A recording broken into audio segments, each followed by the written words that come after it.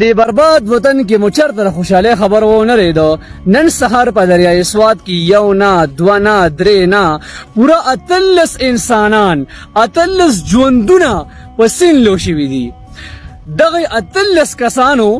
3 غنټې د خپل مرګ انتظار کړی دی د اوبو چپو ته بیا کتل چې د اوبو چپې به کله راځي او موږ به وړي او زموږ څاګانې به ختمیږي پر 3 غنټو کې د حکومت طرف نه دوی ته هېڅ قسمه امداد میلاو نه شو او اخر کې چې کوم دی دغه 18 کسان ډوب شول په دې کې 3 کسان بچ شوي دي د 15 لاشونه میلاو شوي دي او 10 لا لاپته دي چې دغه مړی کو ژوندي وي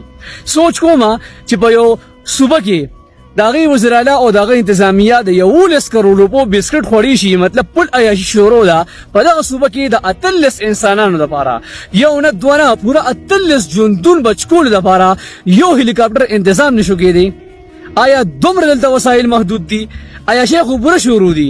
دا یا شو خو چې کوم دي کمی نه راځي خو د انسانانو بچکول لپاره چې انسان څومره قیمتي سیس دی زمونږ صوبایي حکومت هیڅ قسمه امدادي کاروي ونه کړه زړه مې په دې درد وکړ چې دا یو نه دوه نه 18 ژوندونه د دې بچکول لپاره هر قسمه ممکن کوشش وکړو خو نه ونشو او دا پیغام ورکو چې ځان په خپل بچکول شي د بډګران چیرلپ واقعي بشانتي نو بچ کې یعنی موږ نه پاتې را اکو کوهستان واقع شو چې نن 3 کاله مخکې راغلی و او ټول پکې شهیدان شو او دام چې کوم دا واقع مراله موږ سره د انسانانو بچکول لپاره د خپل عوام بچکول لپاره هیڅ قسمه انتظامات نشته البته خپل عیاشه خپ سر تر رسول شو ډیره مهرباني